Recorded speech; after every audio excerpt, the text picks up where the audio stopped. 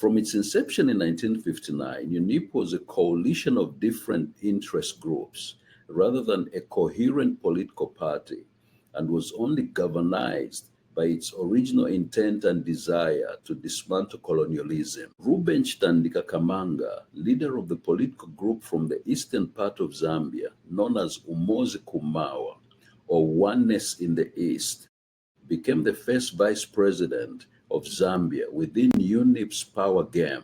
After gaining independence in October of 1964, the various interests within UNIP began to polarize such that the deepest levels of political conflict emerged within UNIP itself and not with its main rival, the ANC of Harry Nkombula. Zambia has 73 tribes, yet Kaunda was the only one in UNIP who did not have a strong tribal affiliation because his parents came to Zambia from Malawi as missionaries and settled among the Bemba-speaking people of Chinsali in the northern province of Zambia. Kenneth Kaunda was considered a unity builder and not a divider because of his strong anti-tribal politics. By 1968, intra-party conflicts within UNIP reached epic proportions. On February 5th, President Kaunda offered to resign, citing sinister tribally based political overtones and maneuvers within UNIP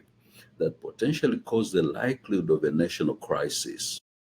This became known as the night without a president. His colleagues eventually prevailed upon him to rescind the decision to resign and still remain president by choosing to do something about this scourge of tribalism. The mounting tribal dissent within UNIP worked in Kaunda's favor and gave him the impetus to openly push for a one-party state, but he would let the people of Zambia decide that. He often argued that, quote, multi-party politics unnecessarily divided people and thus impeded national development.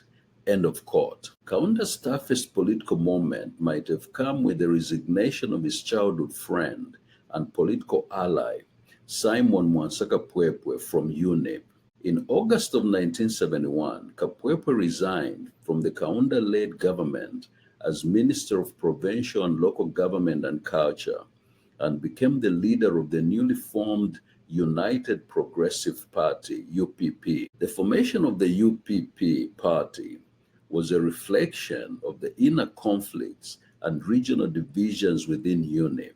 Mr. Kapwepwe's UPP predominantly attracted people from the northern part of Zambia, from where Mr. Kapwepwe originally came, but its political activities were strongest in the Copperbelt province of Zambia. New violence and political clashes were blamed on the newly formed UPP party, giving more justification to Kaunda to change to a one-party political system. Consequently, UPP was outlawed on February 4, 1972, and Mr. Kapwepwe with 123 leading UPP leaders were arrested. On February 25, 1972, President Kaunda announced a cabinet's decision to establish a one-party state political system through a constitutional change. Under the chairmanship of Vice President Mainza Chona, a national commission was set up